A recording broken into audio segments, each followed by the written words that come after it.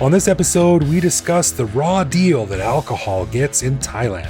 So if you're curious about the weird dichotomy of alcohol in Thailand, which both loves and hates its booze, you'll dig this episode of the Bangkok podcast.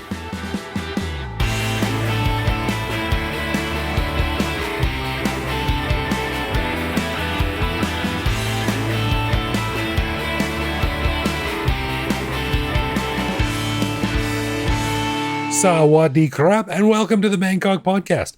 My name is Greg Jorgensen, a Canadian who came to Thailand in 2001 to learn how to Bangkok, but I only ever really mastered how to kroom tip. All right, I'm not even sure what that means, but I'll just let it go. Cool, thanks. And I made a canoe with an American who came to Thailand on a one-year teaching contract 21 years ago, fell in love with the fact that Bangkok was a 24-hour city with no closing times. But that lasted only about 6 months, and I've been waiting around ever since for it to get that good again. You're still bitter about that, eh? I'm still waiting. When you talk about glory days, you literally have the glory days because it lasted 6 months. I honestly had 6 months. 6 months there were no closing times, and that was my idea. That's what I thought Bangkok was. And then we got the social order crackdown, which actually relates a little bit to our topic tonight. And then we got closing times, and the closing times come and go, and depends on where you are, and if the bar you're in is paid off the cops or not. But the bottom line is, the first 6 months I was here, there were no closing times. That was the golden age. I can be one of those old guys going, like, we have to make Thailand great again, back to 2000, back to, that's right. Mata instead of MAGA. That's it. Why didn't I think of that? No, make time. No, it'd be Mataga. Oh, that's right. Shoot, there's a G in there. Yeah. Matka. Well, life comes at you fast, man. I mean, you went from everything's open all the time, and now we can't even leave our house. So that's right. It's gone pretty much downhill. I've seen it all. All right, we want to give a big thanks to all of our patrons who support the show. Patrons get a whole bunch of cool stuff, including our ad-free regular show a day early, behind-the-scenes photos and videos of our interviews, discounts on swag, access to our Discord server to chat with me, Greg, and other listeners, and various other things that aren't available to regular listeners. But best of all, patrons also get an unscripted, uncensored bonus episode every week where we riff on current events and Bangkok topics. We just finished recording this week's bonus show, and we chatted about an awesome new Thai street food restaurant in Taiwan that really nails the ambiance, a music video from Thai band 3 Man Down that's the perfect mix of cute and subversive, and a recent constitutional court ruling on same-sex marriage in Thailand, a topic which we will revisit on an upcoming show. To become a patron, head to bangkokpodcast.com/support. Right on. All right. Well, in this episode, we are taking another cue from the big issue that Thailand-loving folks around the world are thinking about, which is the big reopening. Now, specifically, what is going on with alcohol sales? First you can't, then you can, now you can't, maybe. It's a big deal because, as we've mentioned before, most people coming on vacation like to relax with a drink, and if you can't get a drink, well, that puts a big-ass dent in your vacation plans. But why does alcohol seem to get all the blame in Thailand? From religious holidays to elections to being blamed for many of Thailand's ills, it's a weird thing to see considering that Thais love to swig that booze. Not that there's anything wrong with that. But Ed, this is your idea for a show, and I really like it. I think it's an interesting idea, and you don't really think about it. At least I never really thought about it. But yeah, man, like, what's up? Well, I just think alcohol plays a unique role in Thai culture because Thai people do love to drink. Now they're not huge drinkers compared to other countries. They are less than average in the world, as far as I can tell from the data I found. The average alcohol consumption per capita in Thailand is around 8.5 liters, whereas the highest per capita are more like 12 or 13 liters. So Thailand is kind of somewhere in the middle in the world, although they do have the highest consumption in Southeast Asia. But I think in general, as you say, Thai people do like to drink. It's just common. It's whiskey and beer is all over the place, and I feel that the Thai men in general are well well known to be lovers of whiskey. Also, you have Lau Khao and rice moonshine, which is quite common in the provinces, especially in the Northeast. Yeah. So I think in real Thailand, alcohol is part of the culture. However, I think that in Thailand, it's kind of, this is what I find so fascinating. In Thailand, I feel that there's an official Thai culture. There's really what Thailand is supposed to be. And the official Thai culture is Thailand is a conservative Buddhist nation. It's the image they present. Officially, Thailand is not supposed to be an alcohol drinking country. It's not supposed to be. But it is, in fact, just like many other countries, not excessively high, but not particularly low either. And to me, it means that entertainment venues have no weight or say or rights when it comes to the question of reopening. My view is that this is an authoritarian government that wants to project a conservative image for Thailand. And the bottom line is they think of Thailand as a conservative Buddhist country. And like you said, they want to project that image. But it even goes beyond that. It's just, I think that they just think of bars and especially the nightlife, the red light districts, as people that don't matter. If I was a Thai bar owner, I don't know what I would do. I would be extremely pissed off. Well, they're starting to protest now. They're holding some small but notable protests in front of Parliament. They've been closed for, bars have been closed for 300 days in total over the past year. That's right. Now, they might also think it has something to do with COVID, but I don't think that can explain the whole thing because it's irrational. Like, why would you allow drinking in restaurants until 9 p.m., but then you have to stop drinking at 9 p.m.? What does that have to do with spreading COVID? And why can you drink in a restaurant but not in a bar that doesn't serve food? And then what does that have to do with eating? So if you're eating, you're less likely to spread COVID? Not the way I eat. Man, my mouth is open 90% of the time. Right. So it's I'm sure they're claiming it's a COVID thing. I don't buy that. So I am cynical enough to not accept the official explanation. And I think this is a quiet, implied social order crackdown by a government that's actually quite conservative. Well, I think COVID has given cover to a pandemic will give cover to a lot of strong-willed people in charge who want to, move things to their liking, so it gives them a lot of cover. That's right. It's a compelling argument about the whole outwardly conservative and proper and then inwardly, the opposite, but they don't want to project that, and the famous example I can think of is a few years ago when those topless girls during Songkran got up and danced on some cars they were shaking their bits. And, the Ministry of Culture came out and said, this is not Thai culture. This is a terrible shame on the country and blah, blah, blah. And then people pointed out that on the Ministry of Culture website, there was a very famous traditional Thai painting with topless women in it. So That's right. No, I think that's a perfect example. And I know we have touched upon this issue before when it comes to sexuality and dress and things like that. But we never talked about it with regard to alcohol. But I do think it fits this pattern. And to me, the pattern, the bottom line is this pattern is part of just Thailand's mystery, would be the polite way to put it. But at the same time, it's very frustrating and hypocritical that on the ground, Thailand is clearly one thing, but officially Thailand must be proclaimed to be something else. Right. And you see it in all the, the ads that the image they try to project, it's all like people wying in slow motion and everything's beautiful and lovely. But, we should make like a real TAT ad of like the real Thailand. We'd probably be deported immediately. But, the bottom line is I love it here. I do. But certain things drive me crazy.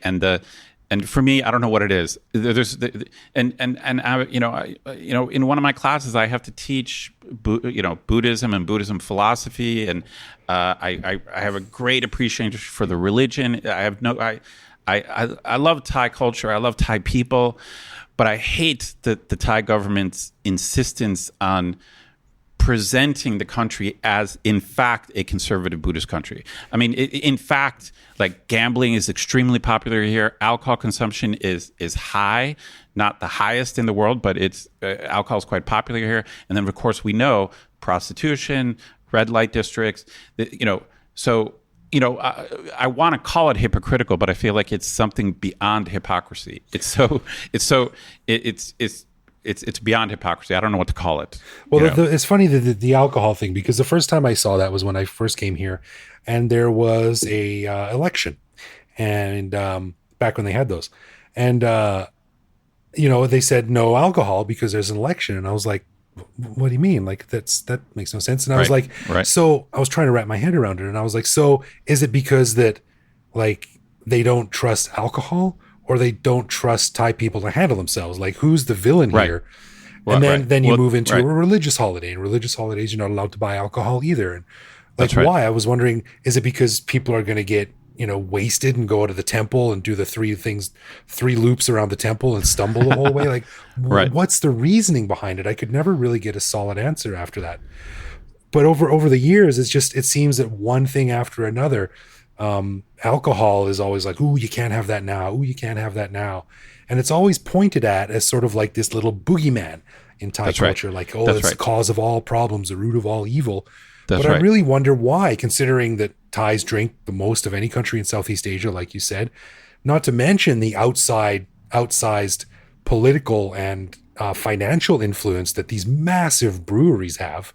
That's right. Yeah. So some of the wealthiest Thai families run distilleries and breweries. Yeah. And it's frustrating. It's like I get that. I get that if you're a government, you want to put your best foot forward and you want to present a good face to the world. And I'm not saying the Thai government has to advertise booze and half-naked girls. I'm not saying that's the government's job. Right.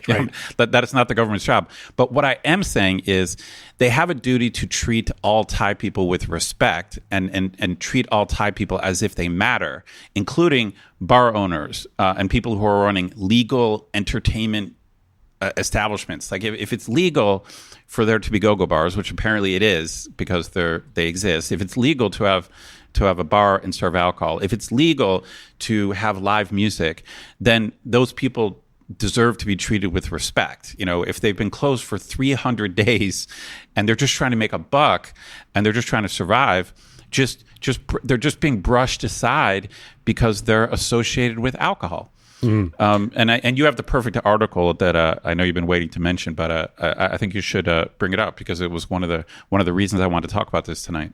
Yeah, well, this is on the Thai Enquirer, the great site that we often reference on the show here, and it was written by a woman by the name of Chotanakun Tun Atirut, and its headline is "Opinion: Thailand Stop Blaming Alcohol as a Source of Every Problem," and it starts off by saying that. For as long as I can remember, I'm 28. Growing up as a Thai in Thailand, I kept hearing this slogan used very widely. It goes, "Jon Kriet Gin Lao," which means poor, stressed, drink.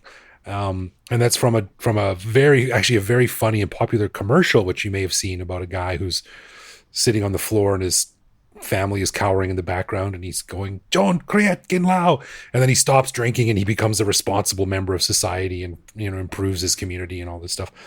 So. This story goes on to say the slogan is deeply planted into our brains, and we could cite it by heart. It paints a picture of drinking alcohol in this country is only for the poor and stressed. It is considered a sinful thing to do. A lot of times when I come across a Thai guy on Tinder, his Tinder bio often stresses so proudly that he doesn't drink, and oftentimes also comes with doesn't smoke. To not drink alcohol in Thailand, apparently, is considered one of the highest achievements in life to some people. Which I found that a little bit suspicious, actually. I'm not sure I agree with that, considering how many Thais like to drink a lot. Yeah, that's what I'm saying. I don't get it. It's not to. Of course, there's. I have no problem with people having a conservative attitude towards alcohol. I know plenty of people who don't drink. Friends of mine from back home, people here who don't drink. Me, I hardly ever drink. Yeah, you don't drink much. More power to anyone who doesn't want to drink. My problem is the way the government treats a significant part of the economy, and I feel like the Thai government, as that article rightly points out, is they use alcohol as a scapegoat when it's obviously not the source of the problem. It's not like alcohol is not the reason for the spread of COVID. They're supposed to be managing a pandemic, and they're apparently blaming bars and nightclubs when that's not the problem, at least especially not in this stage. Right.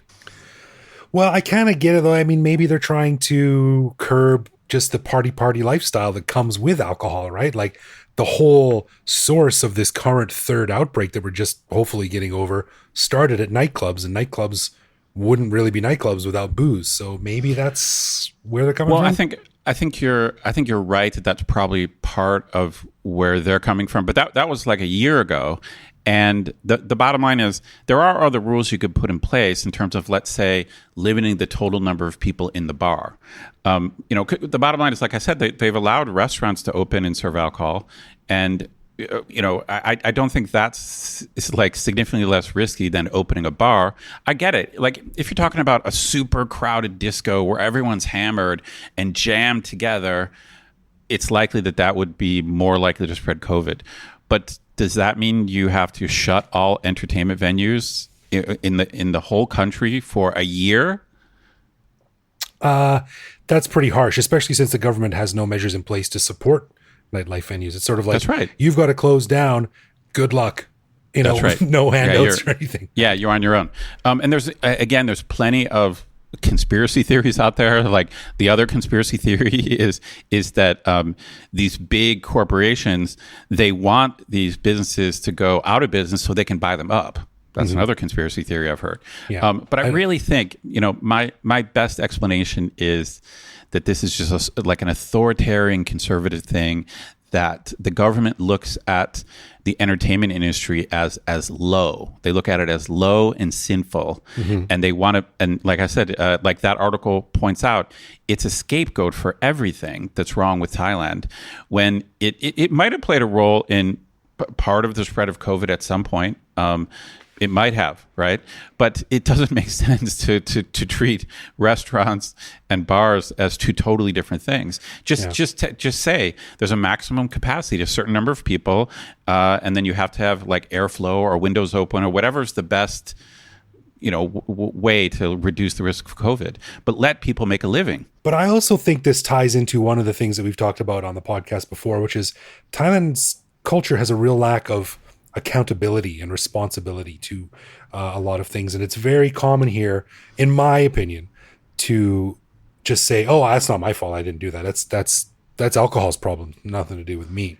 Right. I think that's part of it. Yeah, for sure. And I was, maybe this is the sort of the consistent blaming of alcohol is just an easy, like the title of this show is, it's just an easy boogeyman, because it's easy to say, oh, booze is a problem.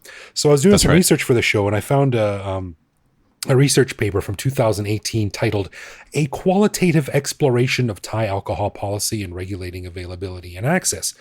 And I read all 340 pages. Just kidding, I didn't. But I'll read the conclusion from the abstract. And it says, "The lack of robustness of enforcement and disintegration of government agencies in regulating availability and access hampers effectiveness of alcohol policy. Comprehensive regulations for the control of availability of and access to alcohol are required to strengthen alcohol policy. Consistent monitoring and surveillance of the compliances are recommended to prevent significant effects of the regulations diminish over time."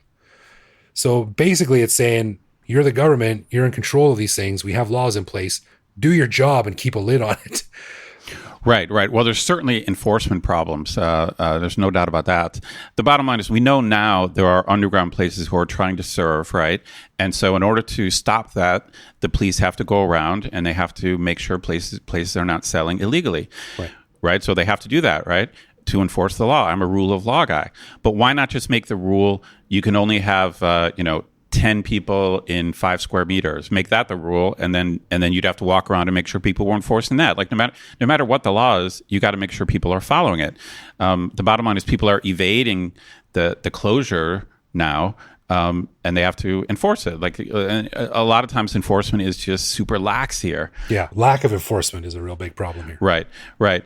Well, I guess my rant's over. I mean, it doesn't affect me that directly. I mean, I do miss my live music at my blues bar and I miss my film club, but I probably drink more during the shutdown than I do otherwise because, I live right next to a supermarket and I've got nothing to do. So probably if the bars reopened, I personally would probably be drinking less. But I mean, I really feel that if I was to own an entertainment venue here, I would be pissed. Yeah.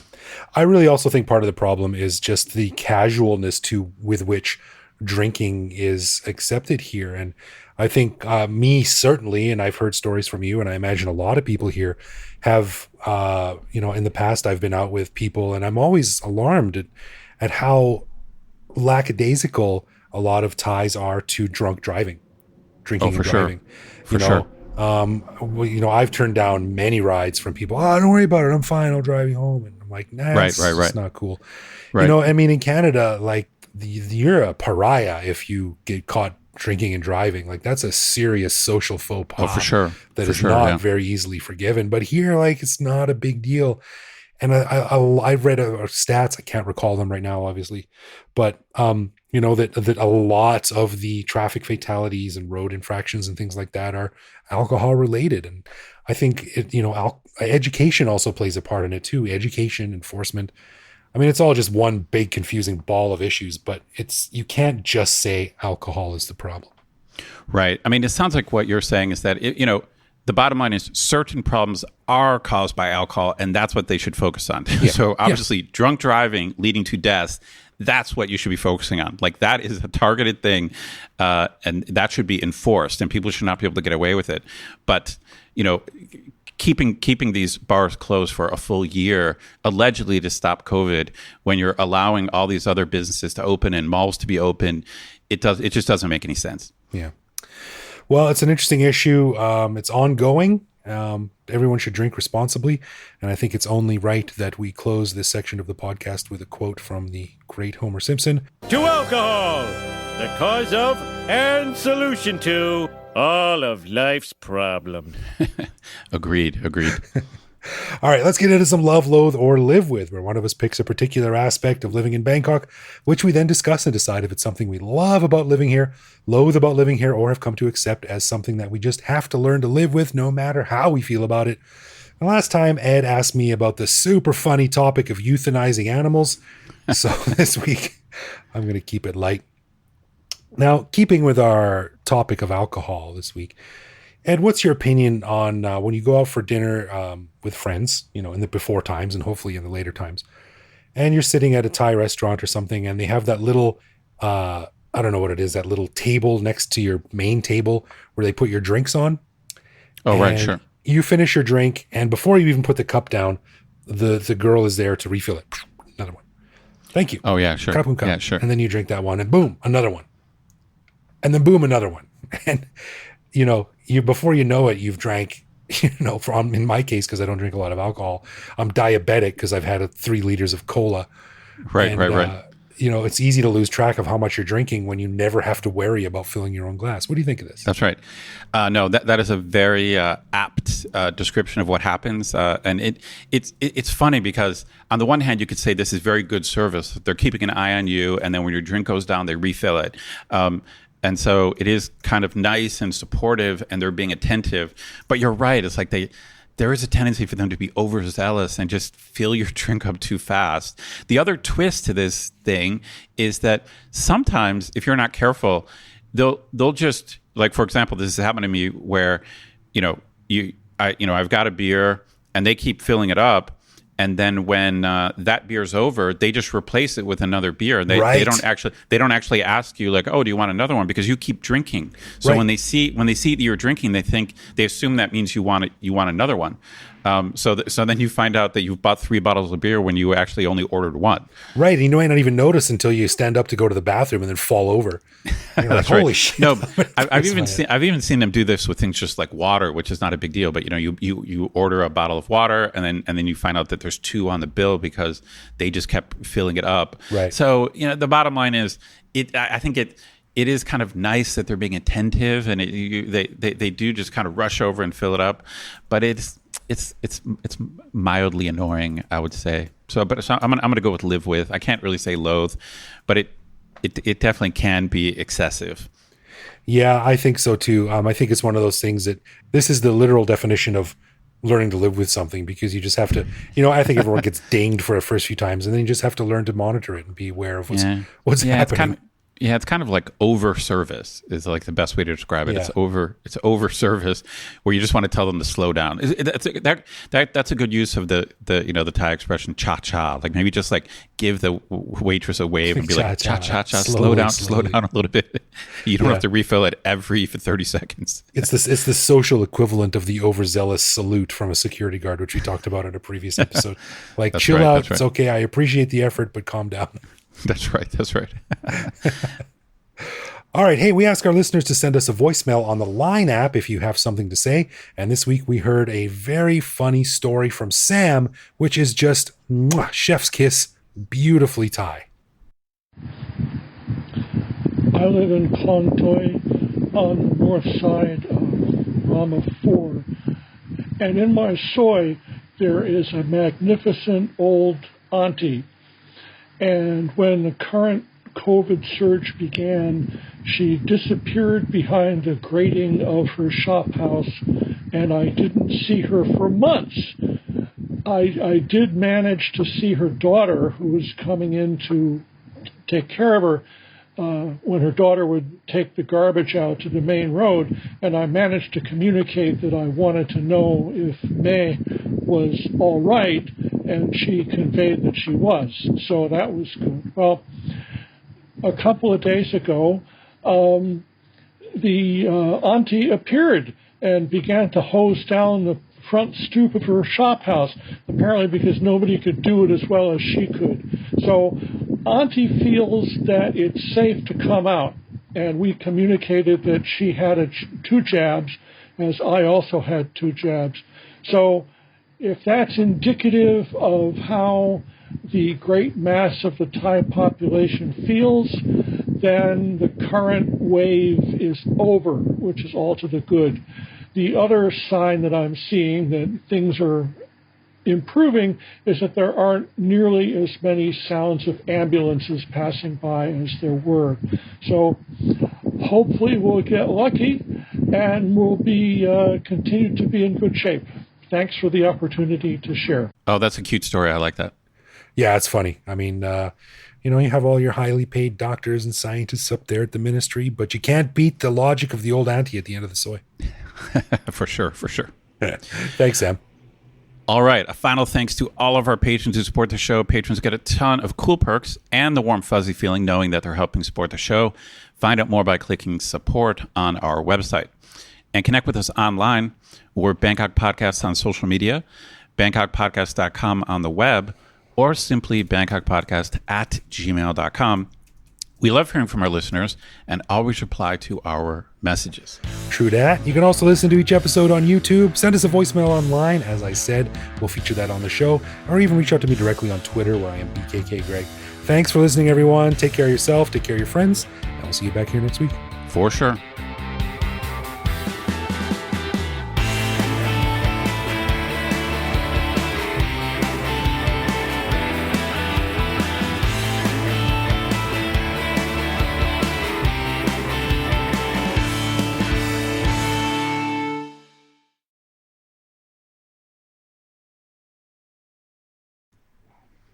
Test. Hello. Bonjour. You know what I have for dinner tonight? I do not. Cereal. Really? That's kind of weird. I'm a grown person. If I want to have cereal, I'm going to have cereal. That's right.